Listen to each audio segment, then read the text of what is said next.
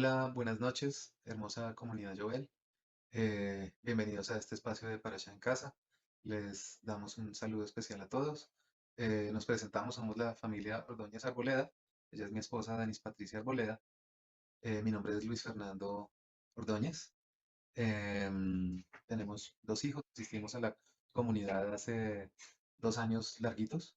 Em, Comenzamos este espacio poniéndolo en las manos del Señor. Padre Eterno, gracias te damos, Señor, por permitirnos exponer tu palabra, porque nos permites y nos abres este espacio de estudio donde podemos edificarnos y edificar a nuestros hermanos. Gracias te damos, Señor, por todo lo que haces. Ponemos este espacio en tus manos y es en el nombre precioso de Yeshua, nuestro Mashiach, que te hacemos esta oración y te hacemos estas peticiones. Amén. Las parashot que nos han tocado el día de hoy son Bejar Bejucotay. Em, Vamos a hacer dos momentos en la enseñanza. El primero vamos a hacer una revisión completa de los temas de las dos parashot en cada una de las porciones, con aspectos relevantes. La segunda parte la hará mi esposa, que es un viaje de vuelta por el camino del Mashiach. Algunas fuentes de las que hemos usado, que hemos tomado información, son Chabad, Aish Latino, Enlace Judío, Alajá.org, natengeson.edu de Argentina, academia.edu, Biblia Todo, Kabbalah Shomrei Laboker, Diccionario Strong, Reina Valera 1960 y nuestra Biblia de estudio, la versión internacional. Am, Listo, entonces hacemos una introducción. eh, la presentación general de la parasha con los datos relevantes. Lo primero es que cierra el libro de Baikra, o Levítico como le llamamos en español. Son dos porciones que en este año se leen juntas.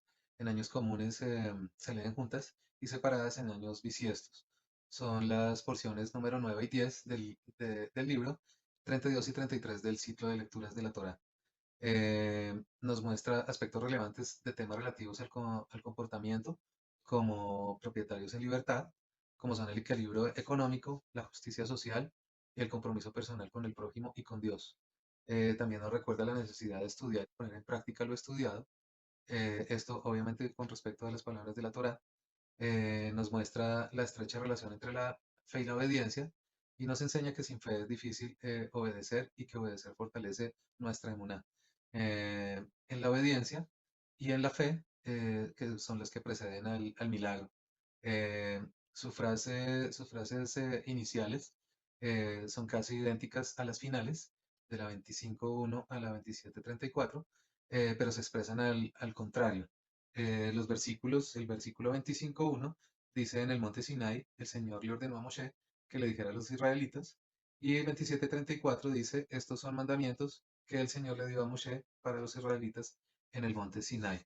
O sea, es como volver para reiniciar. Nos muestra la profunda relación entre las dos porciones y resalta la importancia de elevar nuestra existencia a través del estudio y el ejercicio de la Torá. En la siguiente diapositiva, entonces ya empezamos con Bejar, que quiere decir en el monte, va de Levítico 25.1 a 26.2. En esta parashá podemos encontrar 24 mandamientos. Y los temas son los siguientes. El primer tema son las leyes de la Shemitah, que es el séptimo año y es el reposo de la tierra. El aspecto clave fundamental para notar es el fortalecimiento de la fe y nuestra dependencia del Eterno. Vemos que al entrar en la tierra, esta guarda reposo se inicia con un año de Shemitah, que el mismo Señor lo pide, y digamos que esto es para hacer una separación, para hacer una santificación de la tierra, para que su pueblo entre en la tierra, porque su pueblo debe ser santo. Se toma lo que la tierra daba en ese tiempo, pero no para almacenar, sino para el consumo y el uso diario. Y esto nos lleva a recordar la entrega del maná en el desierto. Em, Se hace perdón de las deudas y nos muestra que debemos estar dispuestos a obedecer con la confianza en la provisión suficiente por parte del Eterno, y pues esto nos muestra que la intención nos lleva a la fe y eso nos lleva, eso antecede el milagro. El segundo tema son las leyes sobre el Yobel, que es la restitución y la liberación. El aspecto clave a tener en cuenta en este punto es el reconocimiento del poder y la soberanía de Dios. Nos muestra que nada nos pertenece y que todo proviene del Señor, que debemos tener una mayor confianza en el Señor, porque el Yobel va, digamos, de alguna manera pegado en años a la Shemitah. Son 2 años en los que no se trabaja la tierra. Esto quiere decir que en el sexto año antes de la Shemitah debía producirse, como el Señor en su palabra lo dice, por fe, se recibiría hasta una triple porción, y debía producir la tierra el consumo para el sexto, el séptimo, el octavo y hasta el noveno año, ya que había que esperar hasta que se dieran las cosechas. Eh, Yobel es la semana de semanas de años, como en Shavuot, pero la ofrenda somos nosotros mismos, ya que no había cosechas y nosotros somos la primicia que honra el Señor. En el Yobel se proclama en Kippur y lo extiende en el perdón y la liberación.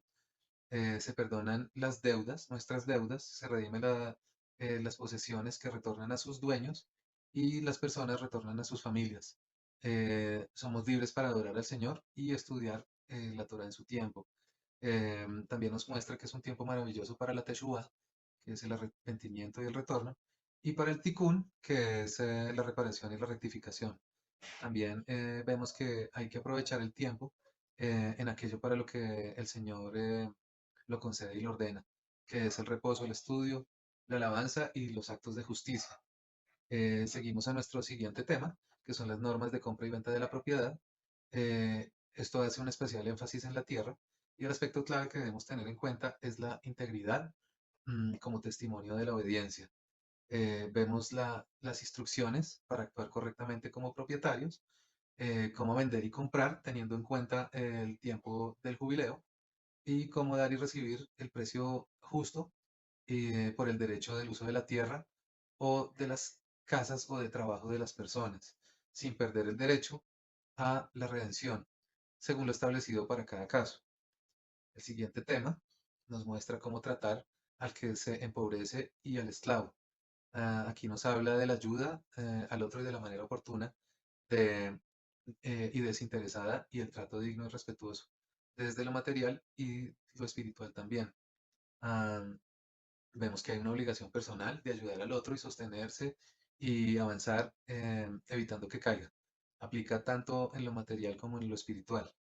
Vemos la obligación de ayudar cuando el prójimo ha caído y tiene una necesidad. Cómo debemos actuar en integridad y misericordia, no hacer con el pobre y el esclavo como se hacía en Egipto con el pueblo de Israel, cómo debemos cuidar de que se diera un trato bueno, que no se aprovecharan de la vulnerabilidad del otro, cuidar la dignidad del que trata de salir adelante. El siguiente tema es recordar lo básico. Prohíbe la idolatría, eh, nos muestra cómo debemos guardar el Shabbat y respetar el templo. El aspecto clave aquí es el amor a Dios y el temor a Él mismo también, como base y principio de nuestro actuar. Eh, Aquí vemos que el amar a Dios es el primero de los mandamientos y esto, no, la consecuencia de esto es que nos aleja de la idolatría. El temor a Dios que nos lleva a tener presente su palabra en su Torah y cómo debemos actuar correctamente. También nos muestra el Shabbat, que es la primera de las convocaciones santas y el fundamento de las que siguen. Esto es porque se replican todas las demás fiestas del Eterno. Nos muestra que el Shabbat es una señal de santificación. Eso lo vemos en Ezequiel 20:12, que dice, y les di también mis días de reposo para que fuesen por señal entre mí y ellos, para que supiesen que yo soy Adonai, que lo santificó. También vemos el respeto y la reverencia al templo como figura de la presencia visible del Eterno entre los hombres, tal como lo es el Mashiach Yeshua. Mm, en la diapositiva 3 ya entramos en Bejucotai, que quiere decir mis decretos. Eh, esta Esta lectura está en Levítico 26:3 hasta el 27:34 y aquí podemos ver que hay 11 mandamientos. El primer tema son los mandamientos, los preceptos, que nos muestran un camino de búsqueda de la santificación. Es como una escalera ascendente, la libertad de elegir y el aspecto clave aquí es la causa y el efecto. Vemos que en el Sinai hay libertad para elegir entre seguir los preceptos del Señor o apartarse de ellos. Esto nos muestra el camino que nosotros podemos tomar.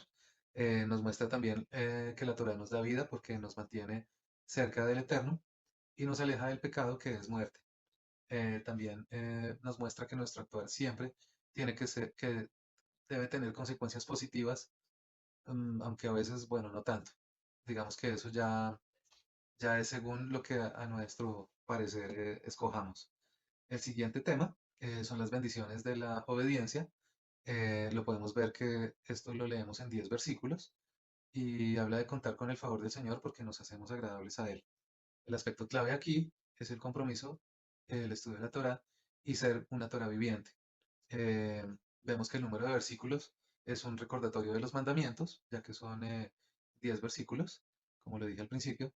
Eh, Vemos la manifestación del favor de Hashem, seguridad, paz, provisión, sanidad, prosperidad, fuerza y poder.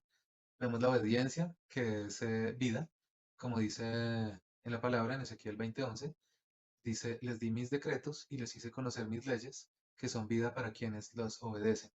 Nos alejan del pecado, que es muerte. Vemos la reciprocidad, vemos que Hashem es su Elohim y que Israel es su pueblo. Eh, Él está para ellos y ellos están para Él. Vemos el reconocimiento de que Él les ha liberado, ha liberado a Israel de la esclavitud y Hashem lo proclama. Israel lo atestigua. Eh, el siguiente tema son las maldiciones de la desobediencia. Esto lo leemos en 23 versículos y habla de la oportunidad del arrepentimiento y la purificación. El aspecto clave aquí que debemos tener en cuenta es la disciplina de Dios para perfeccionarnos y santificarnos. Eh, Vemos que son el doble de los versículos que en la obediencia, y esta es una advertencia. En Jeremías 16:18 podemos leer que dice, primero les pagaré el doble por su iniquidad y su pecado, porque con los cadáveres de sus ídolos detestables han profanado mi tierra y han llenado mi herencia con sus abominaciones. Y los otros tres refuerzan el hecho de que Hashem es quien disciplina. Eh, Vemos también las maldiciones que son en realidad amonestaciones para llamar el arrepentimiento y la rectificación. Vemos la disciplina, que la disciplina fortalece y corrige, y perfecciona y lleva a la santificación. Vemos que al inicio de las maldiciones podemos ver 7 pasos de iniquidad. Aquí vamos a la siguiente diapositiva.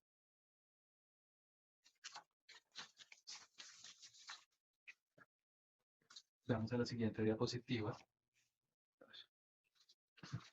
que dice, vamos leyendo en el versículo, y nos dice los 7 pasos de la iniquidad. Dice, pero si no me oyereis, esto quiere decir no estudiar la Torá, ni hicieres todos estos mis mandamientos, no obedecer o poner en obra, y si desdeñareis mis decretos, despreciar a los que obedecen, y vuestra alma menospreciar en mis estatutos, odiar, menospreciar a los estudiosos de la Torá, no ejecutando, llevar a otros a que no cumplan la Torá, todos mis mandamientos, negar que la Torá fue dada por Hashem, e invalidando mi pacto, que es negar la existencia de Elohim. em, Todo esto conlleva la manifestación del furor de Hashem, temor, guerra, hambre, enfermedad, ruina, debilidad ante el enemigo. Aparecen 49 calamidades, perdón, lo que nos lleva a pensar que en la fiesta de las semanas y en las semanas de años necesarios para el Yobel. Son tiempos de preparación, que estos son tiempos de preparación y rectificación para luego trascender y elevarse en Shavuot y en el Yobel mismo. La expresión los castigaré 7 veces aparece 4 veces en el texto. Si hacemos una multiplicación de 7 por 4 nos da 28, que según algunos estudiosos son los siglos del exilio contados desde la primera Galut, con los asirios en el año, en el año 733 antes del Mashiach, y se hace así, pues no todos los que deben retornar han retornado, y esto está vigente hasta el día de hoy. Eh, Aquí vamos a la conclusión de las maldiciones. Eh, Vemos que hacerse responsable de la transgresión, reconocer el pecado personal y nacional y generacional. El pacto no es olvidado, hay consuelo y redención. El aspecto clave aquí es la fidelidad de Hashem. Vemos que el arrepentimiento trae la misericordia del Señor y la corrección de intenciones y acciones. Vemos también que el Señor guarda el pacto con los patriarcas y lo hace válido. No permite el exterminio de su pueblo. El Señor restablece y trae de vuelta con victoria a su pueblo y a la tierra prometida. Hashem ha honrado su pacto, ha cuidado a Israel de la aniquilación, ha restablecido la nación y está llevando de vuelta a los que deben retornar. Vemos aquí también otro aspecto, otro tema que son los donativos por voto y redención, que es el último tema, y aquí vemos el cumplimiento de la promesa, el mandato autoimpuesto, la elevación de lo que hemos recibido. El aspecto clave a notar acá es la fidelidad de Hashem, el valor de nuestras promesas para él. Aquí vemos que a diferencia de lo anterior, habla de lo que hacemos por voluntad propia y por nuestra propia motivación. Vemos que también regula las promesas que por voluntad hace el hombre a fin de que no vaya más allá de lo que pueda él mismo cumplir. También debemos entender que para Dios nuestra palabra está comprometida y tiene un alto valor. Eh, la estimación del valor de la promesa sobre las personas la hace el mismo Hashem sobre sus siervos. Vemos que la estimación del valor de los animales y las casas la hace el sacerdote, que es el mediador, y la estimación sobre el valor de la tierra que se ha comprado y sobre la que se hace voto la hace el propietario, el sacerdote y según la indicación del Eterno de Hashem, eh, porque Él es el dueño de todo y nosotros simplemente somos sus administradores. Nos muestra que lo dedicado totalmente no puede ser redimido, no se puede cambiar una cosa por otra, pero sí puede redimirse, aunque no en todos los casos. Redimir tiene un precio muy alto y la promesa hecha a Dios tiene un valor también muy alto. Eh, no se puede consagrar o dedicar a algo que ya es del Señor, como por ejemplo los primogénitos. Digamos que esto es solamente un recorderis para el despistado. El diezmo, aunque es un mandato, puede elegirse como entregarlo o el no entregarlo también. La palabra nos dice que el Padre ama al dador alegre y que muchos dan de lo que les sobra y otros tantos de lo que tienen. Em, Como es nuestro dar, es una manifestación realmente de amor y de obediencia, confiados en que el Señor nos dará lo que necesitamos y nada nos hará falta, o lo vemos como un negocio esperando ser prosperados y que el Señor nos dé algo de vuelta. Eh, si bien el diezmo de frutos puede rescatarse agregando un quinto del valor, el diezmo de animales no lo permite. Esto puede mostrarnos que lo que nosotros mismos entregamos al Señor es precioso para Él, nos transforma y nos santifica. Y bueno, así concluimos esta primera parte. Le doy paso a mi esposa. Trae realmente algunas cosas bien importantes y maravillosas. Vamos a hacer el viaje de vuelta en el camino. Gracias, recibo aquí en el estudio. Bueno, entonces vamos de regreso al punto de partida. No, perdón, vamos a hacer un viaje de vuelta, ¿cierto? Y en este viaje de vuelta, pues arrancamos de lo último que vimos, que es el diezmo. Pero aquí ya empezamos a ver el diezmo no sobre bienes, sino de mí mismo. Y este diezmo como un testimonio y reconocimiento de la soberanía del Señor, ¿sí? Esto es de lo que yo entrego a Hashem, del tiempo que Él me ha dado de vida y de los talentos que Él mismo me ha entregado y cómo los pongo a su servicio y al servicio del prójimo, ¿cierto? Y pues esto es una muestra de fidelidad, de gratitud, de fe y obediencia también. Este, Vemos que en la siguiente parte que lo que tenemos son dos tipos de votos, ya devolviéndonos, ¿cierto?, hacia los votos. Y vemos que hay un primer tipo de voto que es el neder, que son todas aquellas cosas que una vez dedicadas pueden ser redimidas, pero ojo porque hay que pagar un valor adicional para poder redimirlas. Si vamos al Strong, vemos que este nether viene de una palabra anterior, que es nadar, y que esto quiere decir promesa, como hacer o dar algo a Dios, ¿cierto? Y que según la definición de la Reina Valera, pues hablamos de hacer o pagar votos, prometer, ¿cierto? Y entonces aquí viene este nether del que estamos hablando, ¿cierto? Que es una promesa, que puede ser a Dios, o también como que es lo prometido, o la cosa prometida, ¿cierto? Em, el, otro, el otro tipo de voto en la siguiente diapositiva que tenemos es el voto del Jerem o el anatema. Este es un poco más complejo porque son las cosas que son prometidas a Dios de manera exclusiva e irrevocable, o sea, a perpetuidad. Y estas no pueden ser redimidas porque se han entregado de manera exclusiva y perpetua para el uso del Señor y en su servicio. Esto viene de una raíz que se llama haram, ¿cierto?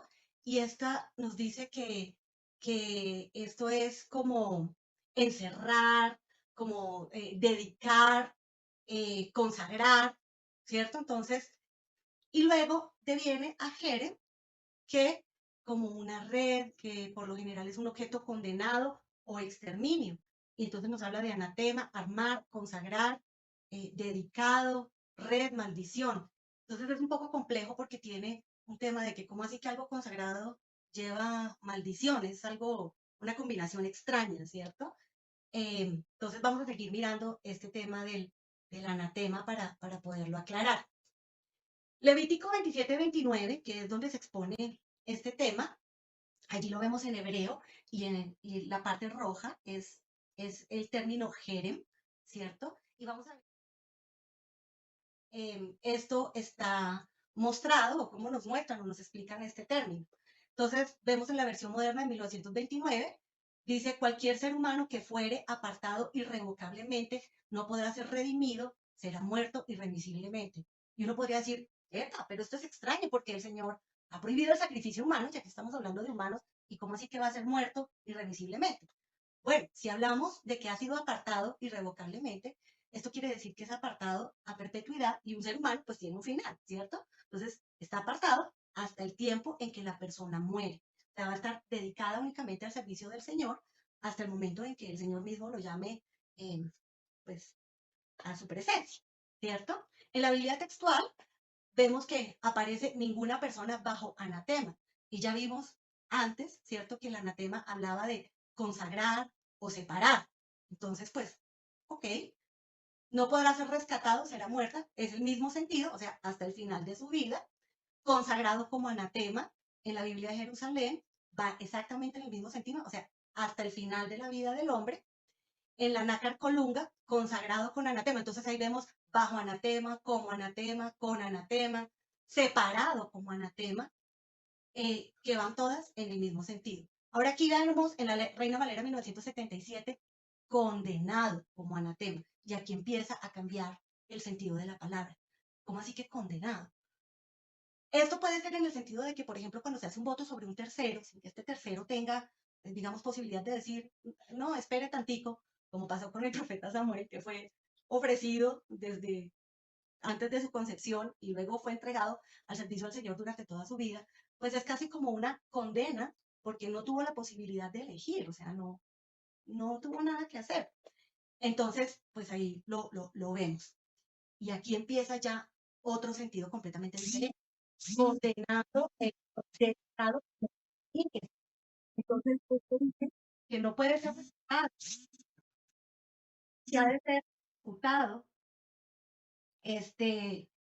y que, ¿Qué pasó? y que pues, esto dice pues que va a morir, ¿sí o no va a morir? ¿Cierto? Ninguna persona que ha sido sentenciada a morir e incondicionalmente dedicada. Y vuelve el tema de, ¿cómo así? Que morir, muerte, cuando el Señor no permite el sacrificio humano. Y aquí nos aparecen otras dos definiciones como proscrito o como execrado. Entonces vemos que va desde lo que está separado o consagrado hasta ser proscrito y execrado. Entonces, miremos cómo es que vamos a desenredar este lío. Entonces vemos que execrar, ¿sí? Es como condenar, maldecir a una persona, a alguien o algo, sentir una intensa aversión por alguien. Y esto como sinónimos tiene condenar, maldecir y pecar, que vemos que están en las definiciones o en las interpretaciones en las diferentes versiones de la Biblia.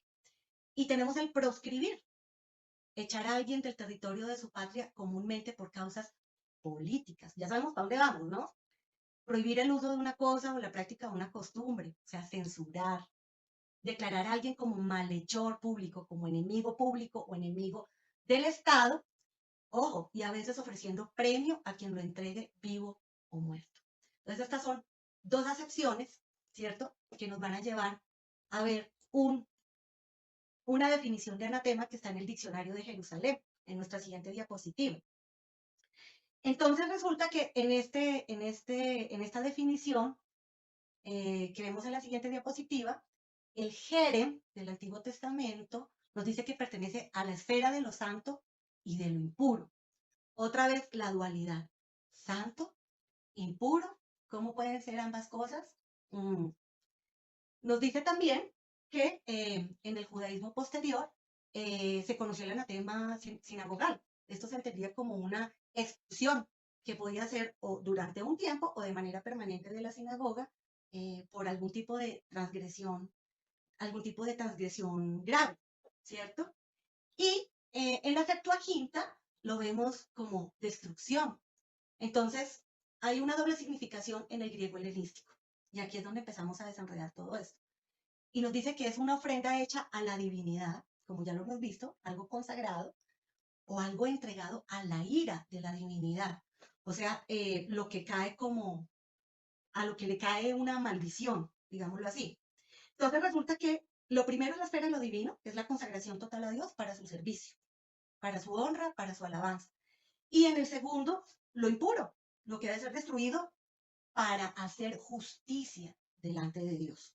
Es decir, por causa de la aplicación de la justicia, se entregaba a la destrucción, se entregaba a la muerte, en este caso, como una manera de extirpar la iniquidad. ¿Eso qué quiere decir? Al extirpar la iniquidad, ¿a dónde vamos? Pues a la santificación de nuevo. Y aquí es donde aparece nuestro Mashiach. Espérenme, pasamos a la siguiente diapositiva, gracias. Entonces, nuestro Yeshua Mashiach, ¿cierto? Es un anatema desde lo santo. ¿Y por qué? Fue enviado del Padre, uno con el Padre, fue sin pecado y fue destinado desde antes de la creación, desde la eternidad, ¿cierto? Y él se ofreció a sí mismo, fue fiel, fue obediente, pues hizo la voluntad del Padre, cumplió la ley y fue resucitado y exaltado hasta lo sumo. Pero por otro lado, y aquí esto es escabroso, eh, hay una visión del anatema desde lo puro. Entonces, Yeshua reúne todo, ¿no? Entonces, ¿por qué? Porque fue perseguido, fue execrado, como ya vimos la definición antes, fue proscrito, fue ejecutado y entregado a la muerte. Y entonces, ¿qué nos pasa aquí? En contraposición de lo que vimos antes. Pues que fue entregado, que fue traicionado, se reveló, y ese se reveló está entre comillas porque no es tanto como que él mismo se haya revelado, sino que cargó sobre sí mismo nuestras rebeliones, nuestro pecado y nuestra iniquidad, y pues por eso se hace maldito en la cruz, ¿cierto? Y fue muerto, enterrado y humillado. Entonces, aquí vemos que nuestro Mashiach hizo un sacrificio muy grande y fue valorado a bajo precio. Esto, volviendo al tema de los votos, ¿no? Porque el voto sobre un varón de 20 a 60 años, que era el tiempo en que los varones podían ir a la guerra y que tenían como su máxima fuerza de producción, ¿cierto? Eran 50 ciclos de plata. Y el Mashiach fue vendido por 30 ciclos de plata. Entonces, en nuestra siguiente diapositiva, vamos a darnos cuenta de que nos vamos a dar cuenta de unas similitudes. Entonces vemos que hay un voto que se hace sobre un campo y esos son 50 ciclos por cada homer de siembra de cebada. Y aquí vemos que ese homer está escrito con H, que no es el mismo homer del conteo en el que estamos ahora. Pero vemos que un homer son 10 efa y una efa son 10 homer. O sea que un homer digámoslo, es diferente al Homer, y un Homer son 100 Homer. ¿Esto qué nos muestra a nosotros? Si hacemos una, digamos, como una similitud, el conteo del Homer nos muestra un ascenso espiritual, ¿cierto? Aquí podemos ver un ciclo, un día, son 50 ciclos, o sea, cada día un ciclo, pero esto nos habla del Homer, no del Homer. Entonces, ¿qué pasa? Que nuestra muestra de obediencia, el Homer, ¿cierto?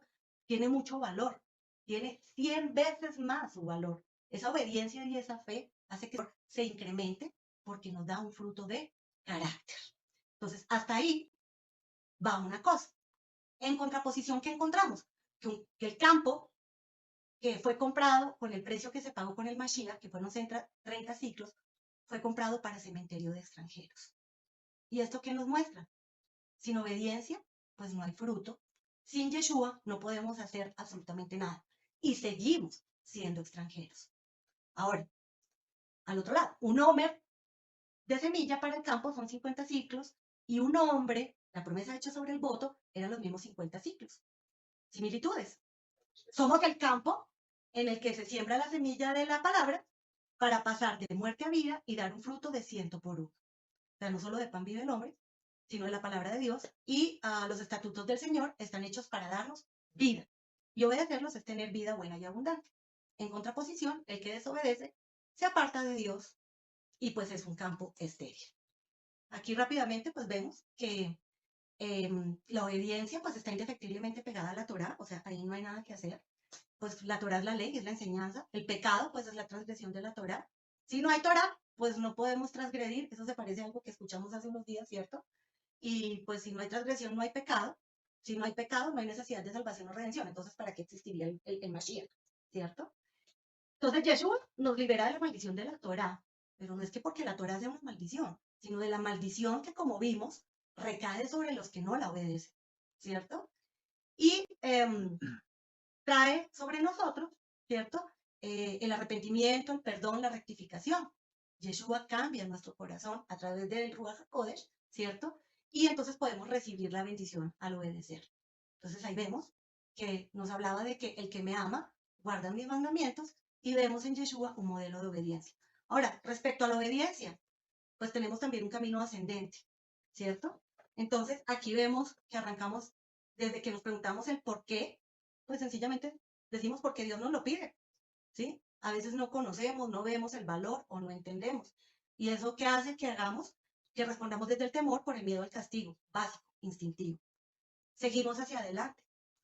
Una vez que hemos iniciado este camino, ¿sí? Me permite iniciar el camino al conocimiento de la ley, entonces nos preguntamos ¿para qué? Y entonces decimos, no, pues para agradar al Padre, ¿sí? No siempre entendemos, no siempre sabemos eh, eh, por qué pide eso, pero sabemos que lo pide para nuestro bienestar, ¿cierto? Entonces aquí hay una confianza, porque conocemos quién lo pide y conocemos su intención, pues entonces sabemos que hay un propósito y obedecemos sin problema. Y esto nos lleva entonces al siguiente nivel. Entonces ya nos preguntamos es cómo hago para obedecer, ¿cierto? Y entonces hablamos de obedecer con alegría, de obedecer con plena fe, sabiendo que el mandamiento es bueno y que el mandamiento es vida, y lo hago porque elijo hacerlo, porque ya estoy en libertad de hacerlo. Y esto ya nos corresponde es con el amor. Entonces, obedecemos como una manifestación del amor. Obedezco porque amo y porque quiero agradar al Padre, porque quiero dar fruto. Entonces, aquí vemos dos aspectos donde la fe y la obediencia van de la mano, porque la fe es lo que le da sentido a la obediencia, ¿cierto? Y porque la obediencia permite que ya no vayamos a ser castigados, ¿cierto? Sino que recibamos sobre nosotros bendición. En esta diapositiva, entonces ya vemos que estamos de regreso en el punto de partida, pero no igual. Y volvemos al tema del ascenso. Entonces aquí vamos del Shabbat al Yobel, donde vemos que Shabbat es el principio de la fe y la obediencia y reconocemos la autoridad del Padre, ¿cierto? Y Yeshua es nuestro Shabbat. Él es el que dice que todos los que estéis cansados, ¿cierto? Vengan a mí. Yeshua es nuestro Shabbat. Pasamos a la Shemitah, donde se fortalece nuestra fe y reconocemos la justicia y misericordia del Señor y nuestra dependencia, y donde vemos que Yeshua es el que paga toda nuestra deuda e inicia nuestro camino de redención. Y entonces avanzamos y llegamos al Yobel, donde nuestra fe es completa, donde reconocemos la plena soberanía del Señor y donde vemos el Joel como esa manifestación o como eso que esperamos más bien, que es la segunda venida de nuestro Mashiach en majestad para que nuestra redención sea completada. Entonces, pues, en este ciclo, o en esto que hemos visto que son ciclos y ciclos y ciclos, ¿cierto? Vemos una creación y recreación del mundo. En cada ciclo Dios crea y renueva, ¿cierto? Y allí es como Hashem nos ilustra a través de estos ciclos, que nuestra vida es una espiral y la idea es que cada vez hagamos las cosas mejor. Volvemos a pasar por las mismas cosas, pero no de la misma manera. No podemos ser iguales. Eh, tenemos que llegar a la estatura del Mashiach.